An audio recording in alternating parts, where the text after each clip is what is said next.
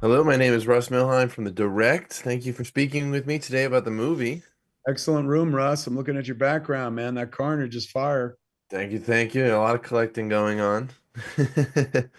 Now, just to start off, it's a very unique movie with it, mostly taking place in a movie theater during the summer as kids are hopping between showings. So, in a world of streaming, how do you hope it might connect with this younger audiences that just don't have that experience of going to the movies as often? No clue. In fact, before it came out, I was like, who the fuck is this movie for?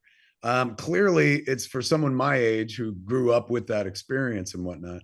But I worried that like teenagers would be like, where's the cell phone? Why is nobody talking any ticks? Like, but at the end of the day, it came out and I've got to watch it with audiences, and a lot of people brought their kids. So I've heard from teens who were like, "No, same as us. Like, yeah, you don't have cell phones and stuff, and yeah, we don't spend as much time with other human beings." And like the one thing that seems to be an anathema to them is the movie opens with like 7 minute phone conversation.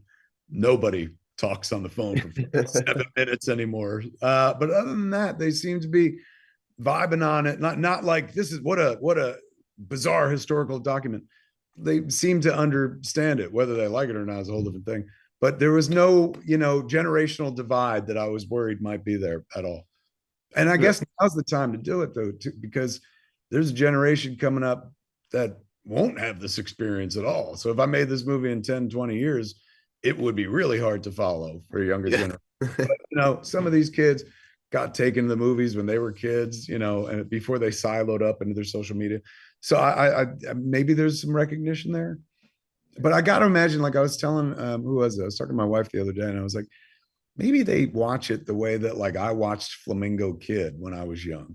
Like Flamingo Kid was that Matt Dillon movie, and it was a teen movie, but it was set in the fucking 50s at like a school club. And it's like none of these things relate to me at all, but still I was able to watch the Yeah. movie. Now, there's a bunch of fun little cameos from various actors in this movie. How did those come about, and how close were maybe some others to getting involved that just it just couldn't work out? I mean, whenever I do a thing, I always reach out to anybody I know to be like, hey, you want to come play? And generally it comes down to who's on the East Coast or who's near where you're shooting. So since we were shooting in Jersey, we're within like 50 minutes to an hour of Manhattan. So that means anybody who's up in the city area, you can pretty much give a shot and then come down. Anyone out west is going to be a little harder because then you got to fly them out and put them up. And we didn't have that kind of budget. So it was mostly like, hey, who's around? And thankfully, there were a bunch of people around the West Coast folks, the West Coast contingent, like Affleck, Damon, stuff like that. Can't get them there because I ain't got the money this time around and stuff. But you save those calls for when you need them. Like this was a movie that very low budget and whatnot. So it was like it's going to rise and fall on its own charm. Doesn't really matter who's in it.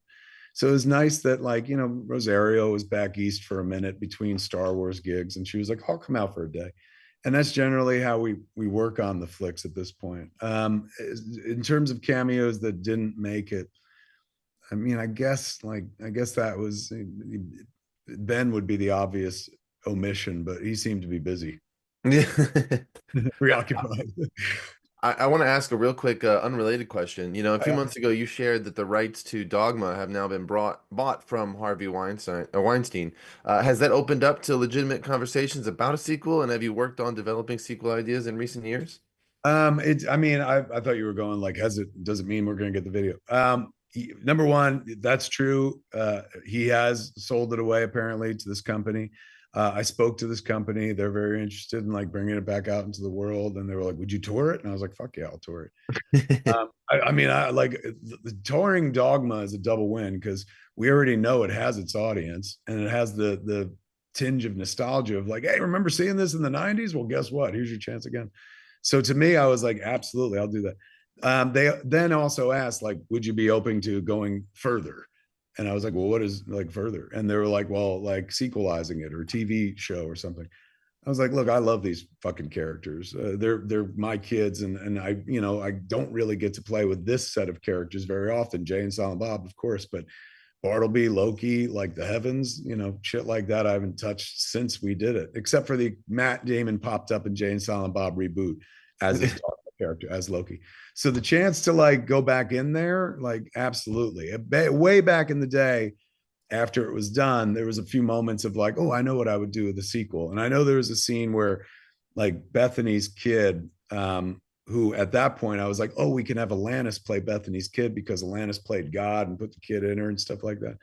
So we would have Alanis's kid go on the journey, and she had to like bring everyone back together, the band back together. And she went looking for the prophets for Jay and Silent Bob. And she found Jay, and Jay was like, I don't talk to that other guy anymore. And so she's like, what are you talking about? He's like, oh, after everything that happened, he went nuts.